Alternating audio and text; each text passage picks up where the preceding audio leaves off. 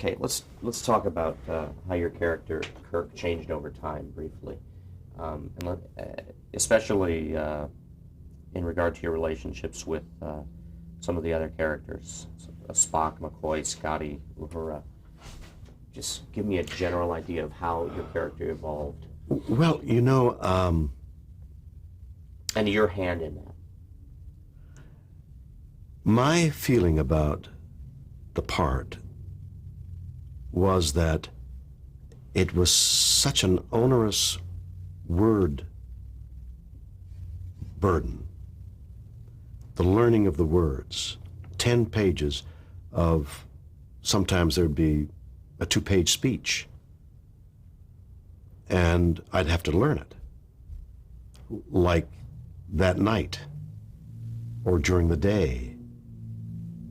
So I was doing 10 pages in a day of dialogue and trying to learn 10 pages of dialogue for tomorrow. I was right back to doing a play and rehearsing a play. And that dint of work takes you out of the broad picture, and you begin to focus on the macrocosm of the words, the meaning, what's going on, and who am I talking to, and what do I want, what do they want, how can I make this better, does this word fit, does that word... And so I'm focused entirely on here and not on what are the changing values of the Kirk character, because I know as a writer that what's really going on up front in the office is who's got a script. Is there a script available that we can get? Of the 5 scripts in work, which one is in which rewrite? And if the rewrite isn't ready to hand tomorrow when we start filming, let one of the Gene Roddenberry, Gene Kuhn, or John Black, or one of the writer-producers go through it right now. And if they can't go through the whole script right now, we've got to shoot 10 pages tomorrow, so let them go through the 10 pages and rewrite the 10 pages. And then we'll give them another 10 pages the following day. And that happened frequently. So there was an element of tension and anxiety about filming for 8, 9, 10 months. And the physical burden on me was enormous. So I didn't know too much about what was going on with the management. I was focused on the floor, on how to make this moment work and how to connect with that actor and somebody might come in and not be too good, and how can we fix that? And somebody might blow the line in a good take of mine, and like, oh Lord, yeah. And you don't get many takes in television. You don't get 19, 20 takes. Did that frantic pace continue through the entire series? Absolutely, the whole way, even more, got more so. Who was the guiding hand?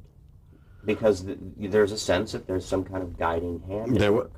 Gene Roddenberry began it, did the first 13 shows. At the end of the first 13 shows, he turned it over to Gene Kuhn. Gene Kuhn was terrific. Gene Kuhn was the best. Gene Kuhn managed it from the second half of the first year to the first half of the second year. Then Gene Kuhn got ill from this very pace. So other people began to take over the second half of the second year and the third year. And there was no, and by that time Gene Roddenberry had gone on to other things. He was there for major decisions, but certainly not on a day-to-day basis. And so there was no guiding hand overall. There were only guiding hands. Okay, let me skip that question. I think you probably talked about your co-stars in other interviews. Yes? Okay, talk about your co-stars. Talk about Leonard Nimoy. Well, Leonard Nimoy is one of the great men alive. He's just a wonderful, warm, genuine, loving human being. And I don't know how much I loved him during the show. I don't recall. I must have. And he was different. He was silent. He was playing, he told me later, he was being Spock. But the warmth I feel for him now is enormous. He's my brother. A kinship that has lasted. He's one of my best friends. DeForest Kelley. Well, D. Kelly was more removed and a little more cerebral and a little more, but filled with love. And I saw him a lot, as one would see actors who are not necessarily bonded. And I saw him in his last days, and we cried with each other, and we were great friends removed. James Doohan. Well, Jimmy played a good part. He made a very, he outlined a very particular character, and he lives in Seattle. Did the letter writing campaign surprise you? I knew nothing about the letter writing campaign, and I knew nothing about any of the intrigues. I knew nothing about anybody. Until afterwards. Until years. Then the show's over, and that's the end, and you go on to the next gig, and then suddenly there's intrigue, and I don't know anything about it. But I didn't know who was having affairs with who, and who was. I didn't have any time. But the letter writing campaign was micromanaged by Gene Roddenberry, and might have helped in the staying of our execution. Let's talk about a few episodes. The Turnabout Intruder required you to play the role of a woman embodied in your body, vice versa. Known to be one of your favorite episodes? Yeah, it was fun. The kick about that was reading the script and saying, and a woman enters his body. And how do you do that? How do you act a woman entering your body? I think novel in the history of drama. And I had to fiddle around with that.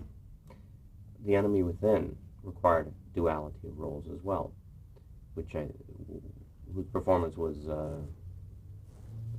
incredibly difficult, I imagine. Describe that. Well, it was The Fly. It was ultimately The Fly, wasn't it? In the transporter, the bad Captain Kirk and the good Captain Kirk. And I thought of it as Jekyll and Hyde with humanity. I wanted to do humanity. I wanted it to be human. At the time, were you thinking consciously at all of your philosophical idols who tend to point out man's dual nature? Did that come into play? I'm sure that it did. I'm sure because I believe in the dual. I understand the dual nature. There's good and bad in all of us. There's the yin and the yang, all the pulls of the different currents in the human mind. I wanted to convey those levels as best I could in the 6 or 7 days we had of shooting it. Do you, so Star Trek for you, being as frantic as it was, really your role as Captain Kirk and William Shatner's view of himself as Captain Kirk was something that occurred almost as a post-mortem. In hindsight, were you able to think about this? Would that be correct? Oh, absolutely. I didn't, nor do I yet now think of William Shatner as, I played a role. But the significance of the role, all of the all of the intrigue, everything became more, you became more aware of it once it was done. The intrigue in the series, the role, the entire phenomenon of Star Trek. Now you're talking about two different things.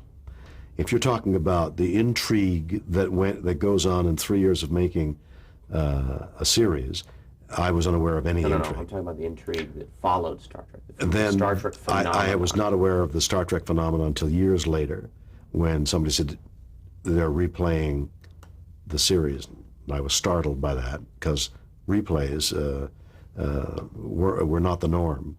Playing it again on an independent station was not the norm, and this was so unusual that it staggered me. And then, as it caught popularity, I was startled. Were you startled by the cult following? Absolutely. The intensity of the cult? Absolutely. I was. To what do you attribute that? I have no idea. No, you must have some idea. Well, many ideas. Yeah, many ideas.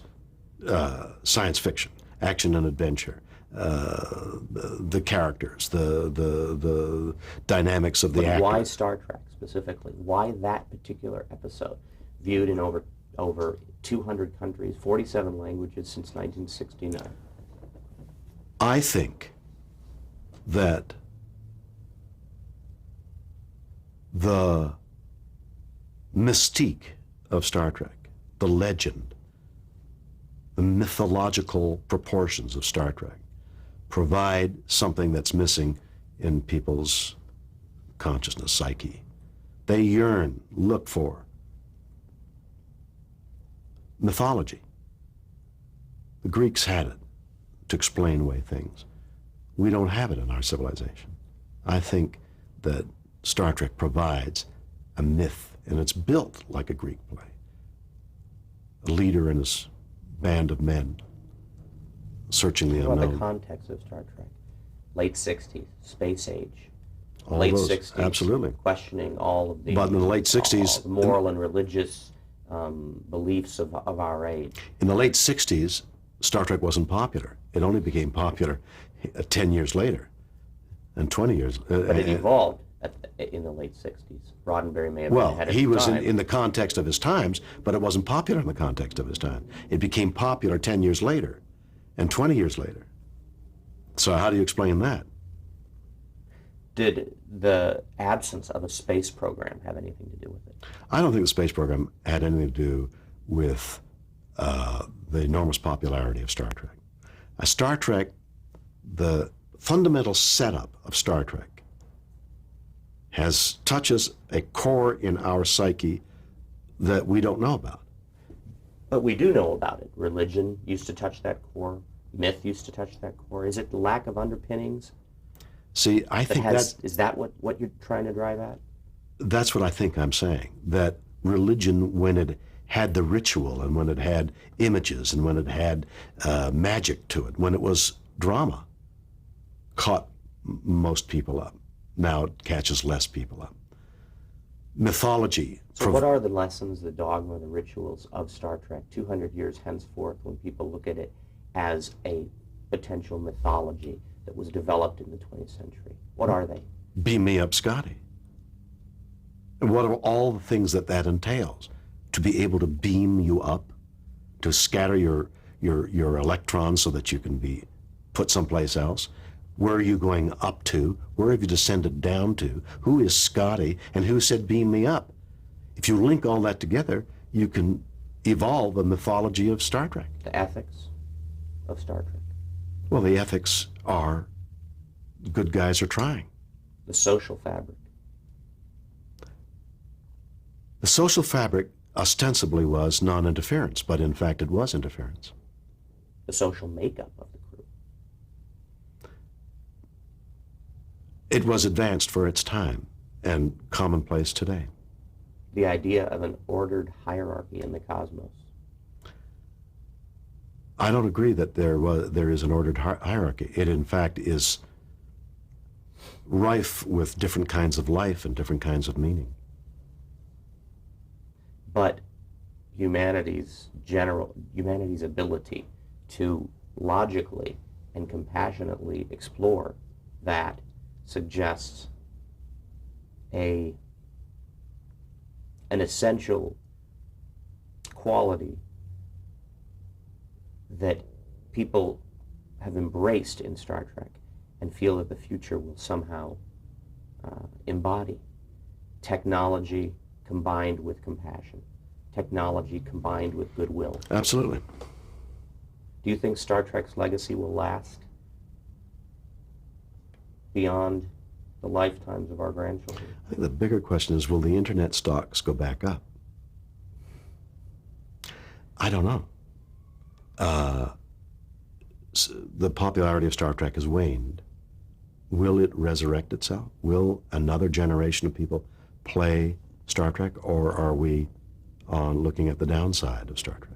Let's talk about that. The popularity has waned, and yet the lessons of Star Trek are still very much a part of people's lives. People at the Jet Propulsion Laboratory in Pasadena, for instance, use Star Trek quotes to guide their decisions in major areas of scientific research. So has it been assimilated into the society to the degree that it no longer requires such prominence Well, maybe on television? You know, I have a Star Trek telephone, and no question of where those ideas came from, that design. And let me ask you one final question on Star Trek. Captain Kirk, very much the most balanced, perhaps, leader ever portrayed on television. A human side, a comic side, a violent side, a compassionate side.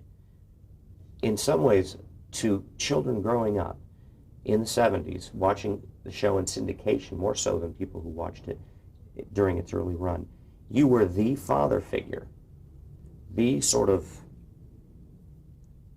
coordinating force in the lives of many children who were growing up in a time when the underpinnings of religion and science and everything else were coming apart.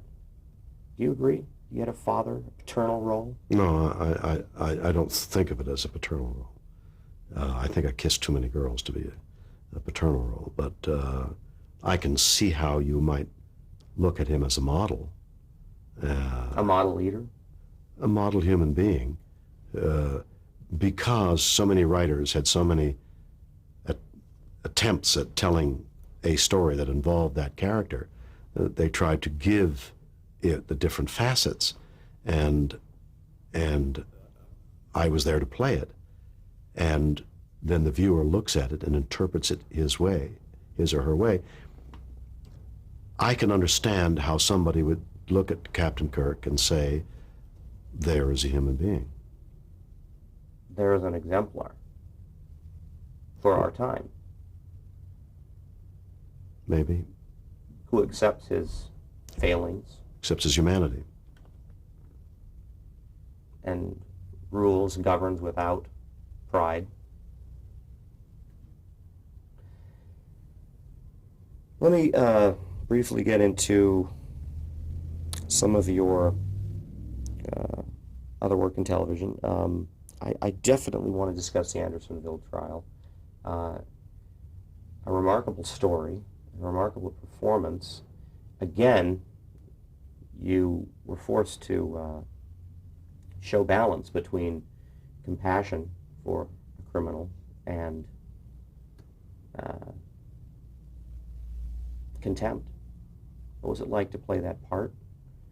Oh, it was a great What was part. it like working with George C. Scott? And George Scott had played it on Broadway and directed it in a wonderful fashion. He was very helpful to me as a performer. I loved doing the part, and a lot of good people came in to play other parts. It was a good show of it in its time.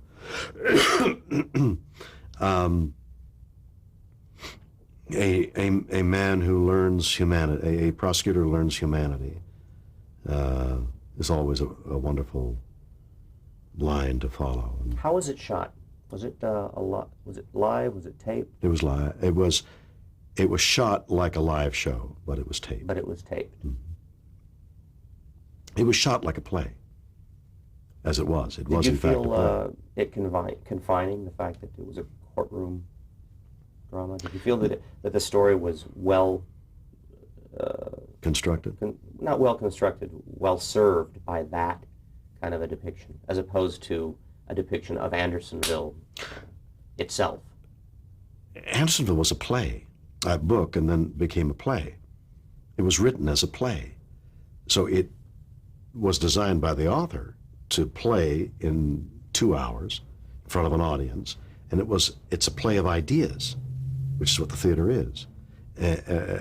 And if you then can bring that to life in front of a television camera, you've got the best of all possible worlds. I think if people home in on the play of ideas as against to shoot 'em up, it's a much better drama. But the trick is to stop them from turning that dial because there isn't a lot of blood flowing.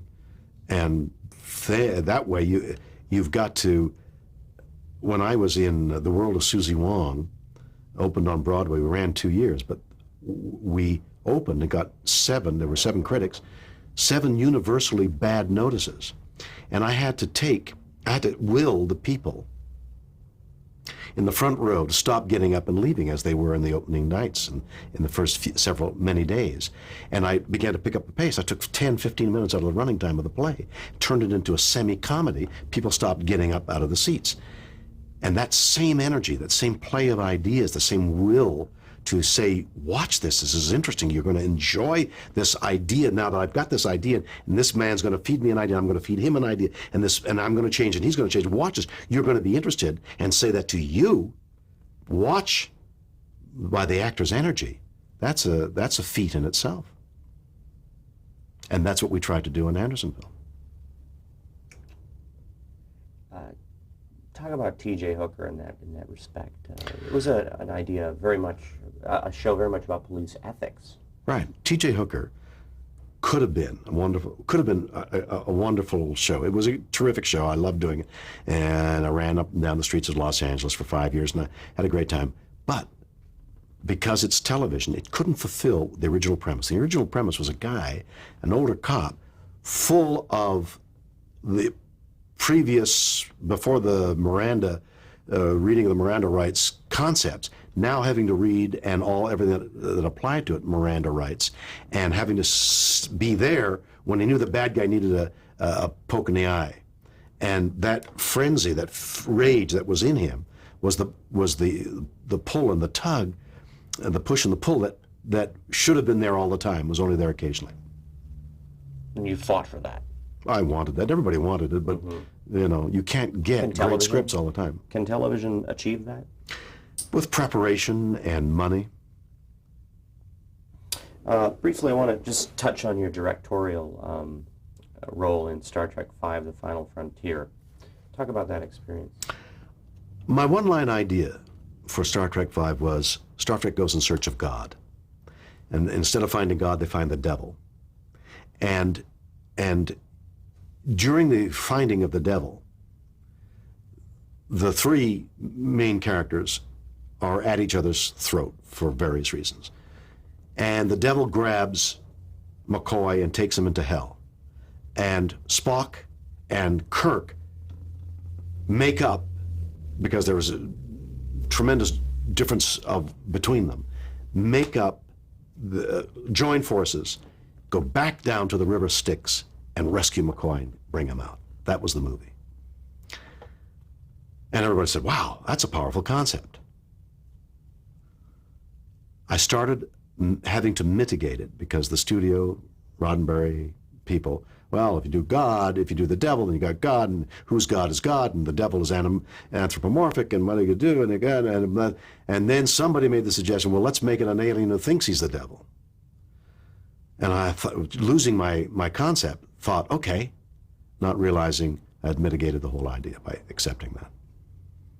And from that moment of compromise, I lost the energy of the idea. And I had a great time directing it, $30 million. I did all kinds of things. I ran out of money for the ending, had to soup up the ending where there was no ending. I had a lot of technical problems. But there are wonderful moments in Star Trek V that I'm very proud of. Yeah. Compare directing to acting, based on that experience. The director, given enough money and time, realizes a dream that he has of the way the story is told. And the actor, and that's the big picture. The actor focuses on that tiny picture of the words, the relationship of how to make this moment work, and he's involved in the minutia. Both are equally interesting. And since I don't have to choose, but you do have a preference.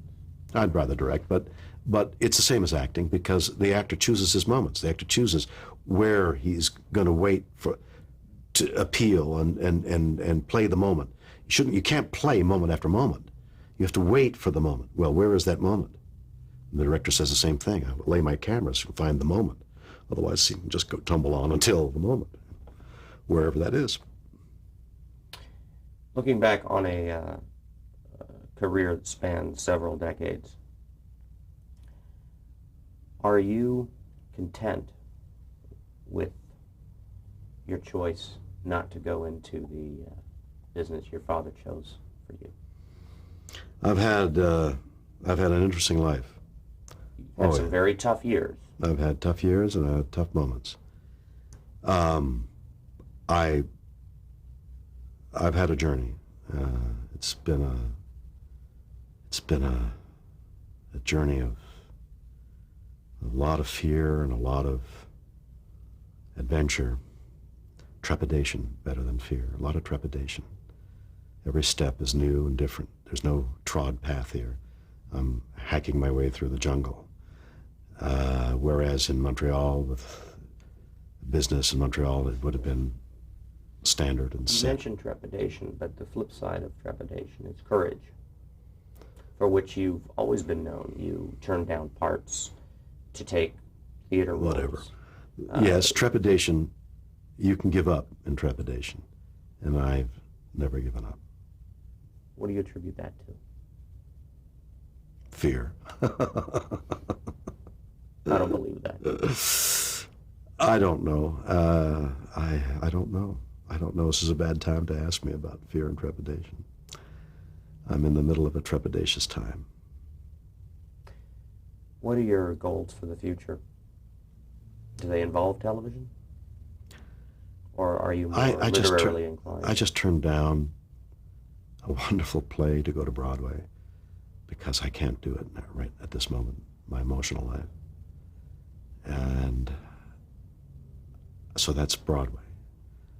I'm working on a film coming out of my latest experience. I think could be very good. It's very different, very interesting. I've got a new book that I'm working on. I was nominated for an Emmy for a comedic performance that I thought, well, that was fun to do. There's so much going on in my life. In your case, and typically we would ask what a person would want to be remembered by, remembered as. It's pretty clear you're going to be remembered primarily as Captain Kirk. How does that make you feel? That's all right. You're remembered for 20 minutes instead of 15. Thank you for the interview.